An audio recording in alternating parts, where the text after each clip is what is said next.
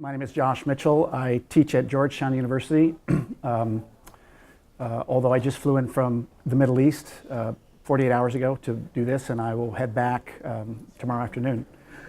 Very briefly, I grew up in Ann Arbor, Michigan in the 60s, and I see a lot of you are slightly younger than me.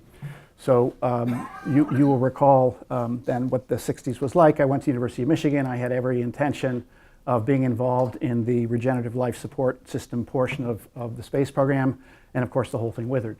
And so I ended up getting a PhD from the University of Chicago in 1989 in political philosophy and theology, and then moved to Georgetown in the early 90s, and then since 2005 I've been in the Middle East, 2 of those years in Iraq, starting the first American university. But the space program has always been near and dear to my heart, and I should say that because of the fact that it's been so long since the space program, I think it begs, or since the man program to the moon, it begs the question, why did this happen? And I have spent the last 30 years reading largely history of Western political philosophy from the modern period on, and anyone who does this knows that there's a long philosophical literature that begins with Rousseau, and this is the frontispiece to Rousseau's First Discourse, a long philosophical literature that anticipates what I'm calling in this paper the Great Exhaustion. Rousseau does this, Tocqueville does this, John Stuart Mill does this, Nietzsche does this, Heidegger. I mean, there's a long literature on this. And it had not occurred to me until I discovered the Mars Society a few years ago that maybe this question could be an important question for the Mars Society to consider. I teach history of political philosophy, and my view after all of these years is we're really not going to understand our world unless we can do this through the lens of the great ideas that have emerged. And I think the corollary to that is we're not going to make advances until we're able to think synthetically about what those ideas were before us and what steps we're making to advance them if we are advancing things. So my view of this is that we have to study events, but we really have to do this, and here I betray my prejudices, through the great books. And so I've spent the last 30 years or so reading Tocqueville mostly, but Rousseau and Nietzsche and the others. So it's not difficult to imagine historians several centuries from now wondering how it could be that the Americans, who really didn't know what they were doing in 1961, that historian is going to look at us and say, my goodness, what were they thinking? And I think there's 2 ways of coming at this question, what were they thinking? One way is they could look at us and they could say, my goodness, why did it take them so long to get going again? But what I want to submit to you is there's another more plausible way to understand the question, or the answer to the question, what were they thinking? And that is, these people were crazy. Why did they even try it at all? And I think to think seriously about our current predicament, we have to go back and really consider both these questions. I think the prejudice of all of us is that, in fact, what were they thinking should mean, why is it taking us so long? But if you read Rousseau and Nietzsche and the others, you will see them say things or anticipate the question, why would you even want to do this at all? And so my brief answer to the question why we haven't gone very far, really, in terms of manned missions, is we suffer from the Great Exhaustion. And that Rousseau already saw this in 1750, Tocqueville saw this in 1835 in Democracy in America, a book every person should own, and Nietzsche, especially in the 1890s. So what I want to do, or 1880s, what I want to do quickly, we don't have nearly enough time, but I want to go through a couple of the arguments that these guys made and to show you that they really did understand very early on that we would be facing this problem someday. So I'm trying to suggest that the exceptional understanding is the understanding we have, namely, why can't we keep going? But they saw already as early as 1750, in the case of Rousseau, that in fact we are going to come to a point of the Great Exhaustion. And all of their thinking is intended to ask the question, how can we avert this problem? And it strikes me that because it's taken so long, we really do have to think this problem through at a philosophical level. Yes, there are technical hurdles, there's no question about it. But the fact that it's been 47 years or so suggests that there's something much deeper going on that we really have to become fluent in to be able to comprehend the situation. So the first thing I want to do is talk about Rousseau here. This is the frontispiece to the First Discourse. And any of you who know about this, so modernity begins, you can argue, in the 1750s, 1770s in terms of philosophical self-understanding. And here in 1750, Rousseau, who already knows all the arguments about enlightenment, is raising serious questions against it. And here's a picture, some of you know the myth. It's the myth of Prometheus bringing fire to earth. And of course, our reading is this is wonderful. Through this, we get civilization, advances in technology. Isn't this extraordinary? And Rousseau in 1750, in the frontispiece, entitles this, you can't see this, but the title that he gives is Satyr, the person receiving the fire. You do not know this. The fire that you receive will burn you. Right? So Rousseau is already announcing these deep this anti-enlightenment supposition here. And we have to ask the question, so why? Well, there are a couple of reasons why. One overt reason from Rousseau, and then I want to extend Rousseau, and then I'm going to move in a slightly different direction. Two Rousseau points in.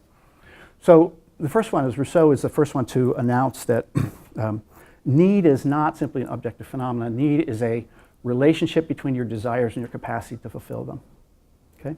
So in the 60s, I would go down to Moe's Sports Shop on State Street in Ann Arbor, and there was one pair of tennis shoes, and I could buy that one pair of tennis shoes, and scarcity was averted.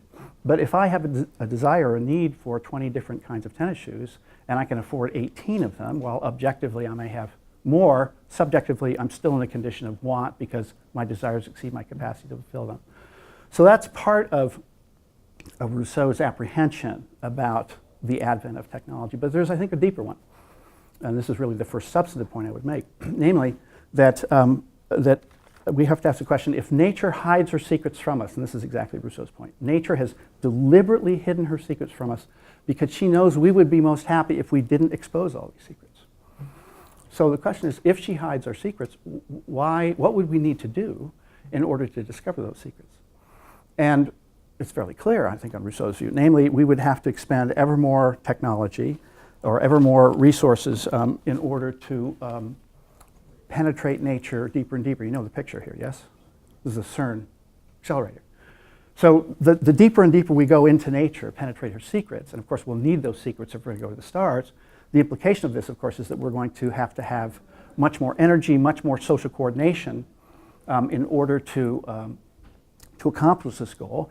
And in here I talk about this, I'm not going to lay out the details here, but the complication is this, roughly.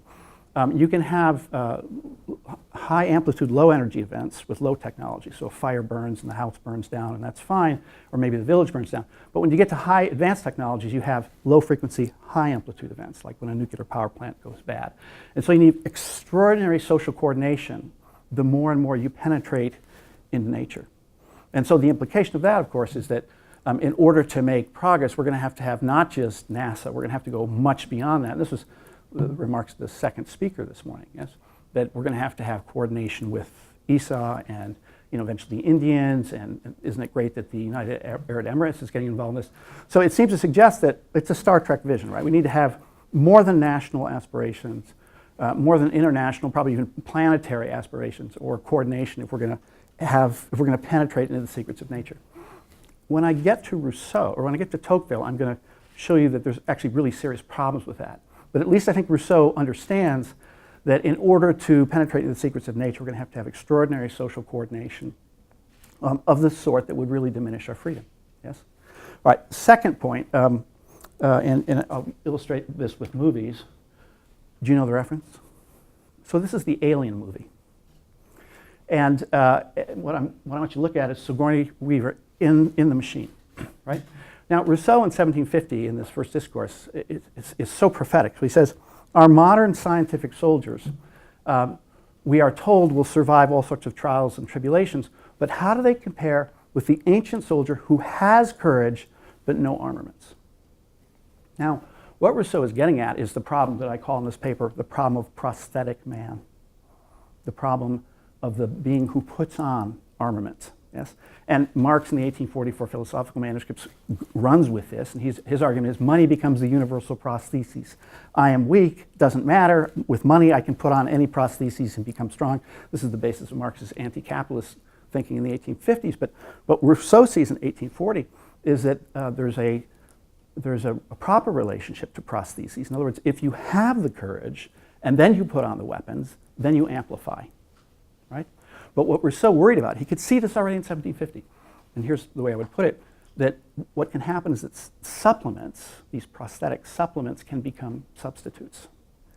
And if they become substitutes, what happens is you get the paradox that Marx would later talk about, namely this external capacity, this immense external capacity, but the inner thing, the inner courage, so to speak, if you're talking about the soldier, gets diminished. More and more these things become substitutes rather than supplements. Now, the way this shows up, I think, so she could not use this well unless she had courage. You have to have the courage. And if you don't have the courage, you can't use the supplement well. But if you keep relying on this and don't develop the inner courage, then it simply becomes a substitute, and she wouldn't know how to use it because she wouldn't have the requisite courage. Are you with me? Substitutes, supplements, this is very important. Now, the implication of this, think about Facebook, right? I'm going to now bring us an update. We have Facebook friends.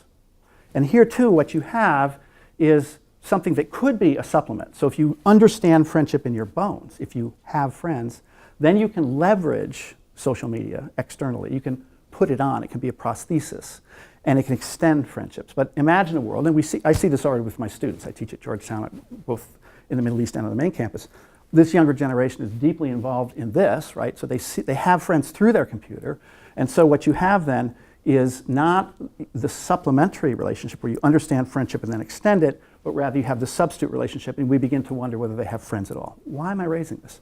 Because I think the space program actually has to wrestle with this question in a very, very deep way. Because what you have here is the picture of the footprint on the moon, right? But I want you to think about this in terms of prostheses, right? The space boot was the prostheses. That can only speak to us because you and I know what it's like to walk on this beloved planet with our bare feet, right? And from that inner experience, we can then put on the prostheses of the space suit, and we can relate to that, right? But if the space suit, and now I'm trying to get at the tension between manned and unmanned, yes? If the implement, if the robot becomes so distant from us, then we don't have the anterior experience that's requisite to make sense of this.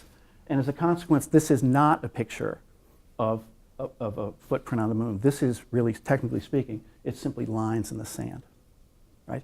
We make it to be more than that because we have the anterior experience of it.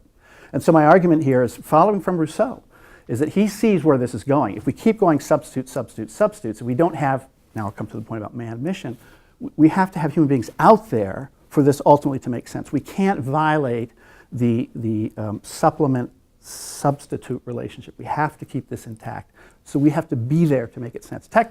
For it to make sense.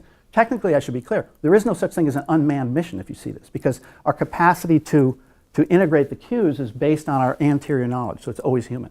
But ultimately, if we keep extending this, there's going to be a real problem. Okay? And so when Rousseau talks about the great exhaustion, his concern is that we would, as a species, continue to move away from the supplement model and move to the substitute model, and ultimately we would then fall back into ourselves and care for nothing because we hadn't developed the anterior knowledge first. All right? Now, let me quickly, I don't have nearly time to do any of this, so let me just quickly talk about Tocqueville. Tocqueville ought to be a hero of the Mars Society, and I think everybody should understand why. What he understood was that as we move into the modern age, what he called the democratic age, social relations change very radically. And as a consequence, what happens is that you get the development of an administrative state and persons who become more and more lonely and isolated. And here we could talk about Facebook if you want. But he asked the great question in the 1830s, as so many aristocrats did in Europe, namely, what is this thing called democracy that's developing, right? This is the aftermath of the French Revolution. The aristocrats want to go back to the old monarchical regime. And so he's asking the question, so what can democracy do? What can it bring? Is it going to bring turbulence or not? And so his argument is that while there's a transition to democracy, which is very turbulent, finally what happens, and you think about what our own world looks like, finally what happens at the end of history is that you end up with people lonely and isolated from one another. And the other nodal point of our existence is what he called the administrative state. Okay? And what he wants is for persons to be drawn out of themselves. And so he says this: the morals and intelligence of a democratic people would be in as much danger as commerce and industry if government wholly usurped the place of private associations. And this can be written on my gravestone. Feelings and ideas are renewed, the heart enlarged, and the understanding developed only by the reciprocal action of men one upon another. So there has to be this face-to-face, and civic associations are that mediational space which draw people out of themselves. Now, where did Tocqueville think this goes? I'm going to now read something for you that he wrote about the future. It's in the last part of volume 2. Here it is. When I imagine the future despotism in America, I see a innumerable multitude of men, alike and equal, constantly circling around in the pursuit of petty and banal pleasures with which they glut their souls. Each of them withdrawn to himself is almost unaware of the fate of the rest. Mankind for him consists of his children and his personal friends. Over this kind of man stands an immense protective power which alone is responsible for securing their enjoyment and watching over their fate. The power is absolute, provident, etc., and it would resemble paternal authority if father-like it tried to prepare its charges for a man's life, but on the contrary, it tries to keep them only in perpetual childhood. So this is Netflix, Amazon. So we've reached the end of history, right? And what Tocqueville's saying is, instead of this grand ambition that people thought we would have out of the Enlightenment, his argument is no, we reach a kind of great exhaustion. And what happens is we end up forgetting that we need to have competition. We want everything to be cooperation. And so you get to, and I will only put this slide on for a couple minutes because I really hate it. It's what our children were raised on. Barney, sharing and caring, EQ, not IQ. I mean, this is actually, for Tocqueville, he already saw this happening in 1840 at the end of volume 2. Right? So what you really have to be worried about is this end of history vision that Tocqueville has. Now, I think what I want to point out here is that what Tocqueville thought the counterpoint to this lonely, isolated life we would have is the administrative state. And this administrative state we have to now say something about. So because I want to talk about NASA. So his argument is that as we have the administrative state grow, what happens is corporations discover that they can somehow protect their own interests by having the administrative state bring them in through regulatory regimes, high barriers to entry, et cetera.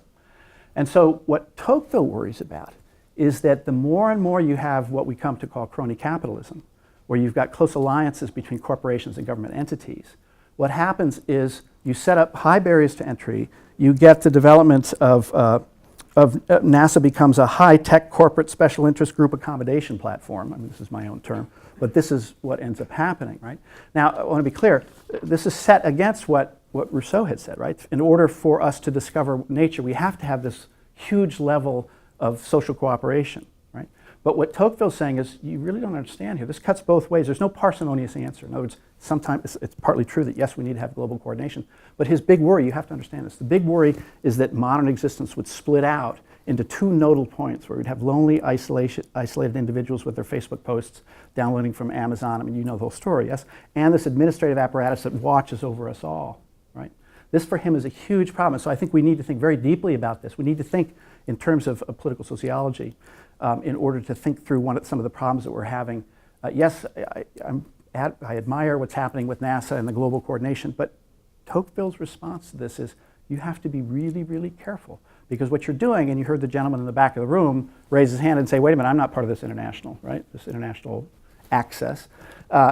What you're doing is you're setting up very high barriers to entry, and you have to wonder whether finally you're going to have great technological leaps forward or the long, slow, lumbering, endless delay that invariably happens when you have this global coordination from above.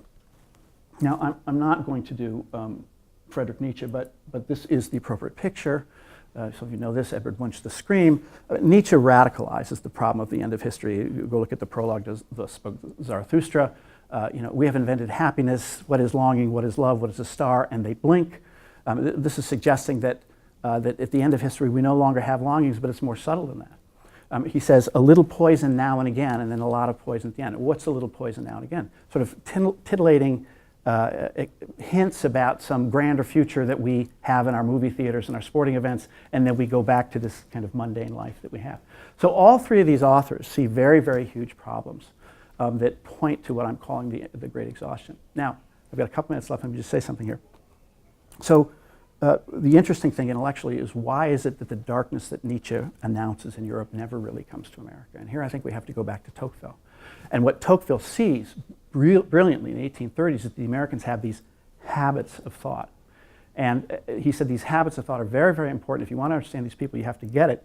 And moreover, he says you have to tap into these national habits of thought if you're going to get greatness out of these countries, right? So what is the habit of thought that the Americans have? What's the frontier?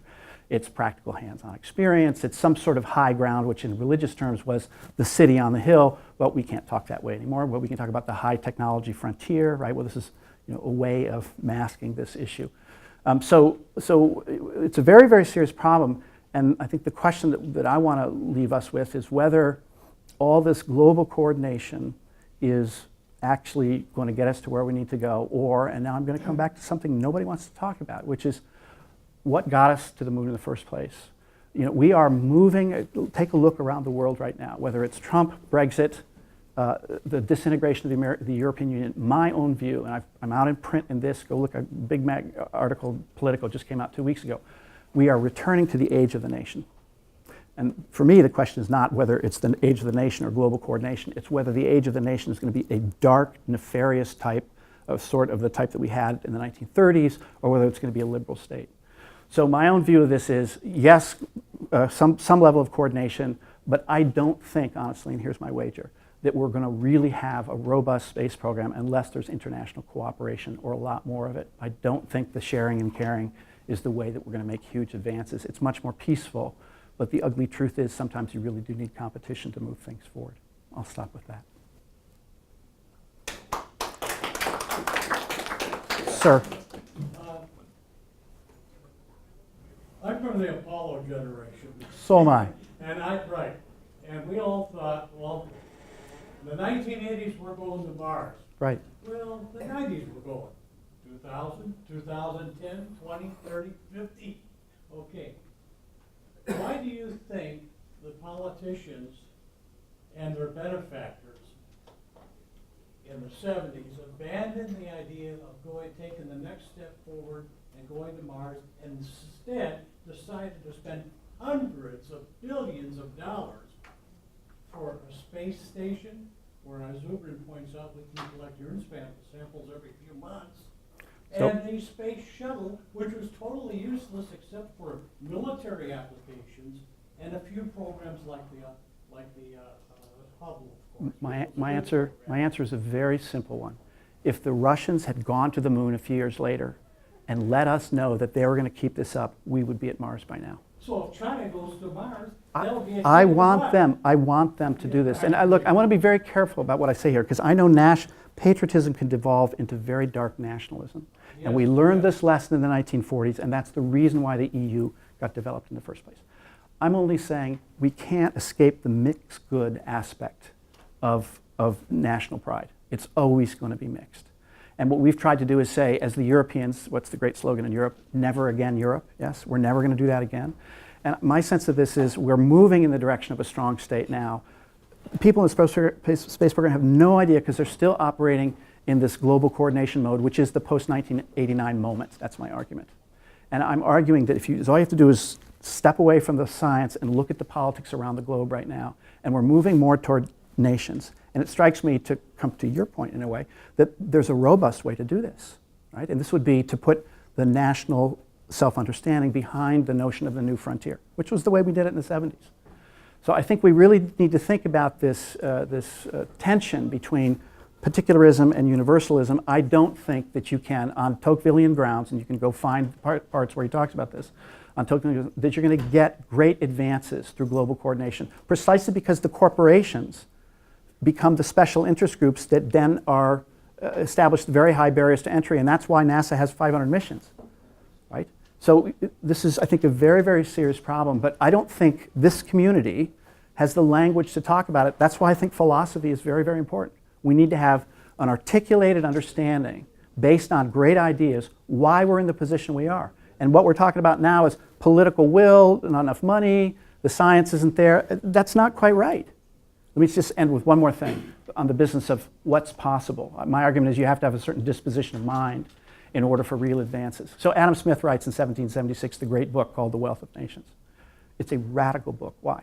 Because what he's arguing against is an old system of economics where you had a kind of top-down command system. And he says, let's try something else. Let's have what he calls the pricing system, where you have constant flexibility and markets become competing alternative wagers about possible futures. In other words, it's radically open. You had the same science before he writes the book as after the book. But as soon as you have this new understanding of the world being radically open as opposed to closed and controlled, the Industrial Revolution takes off. So there has to be a disposition of mind where we're not looking for closure and security. And what I think Rousseau, Tocqueville, and Nietzsche see is that we're looking more and more for security. So I don't think the answer to the problem of the space program is to be found in science. I think there's a deeper philosophical set of issues at work. I need to stop, but thank you very much.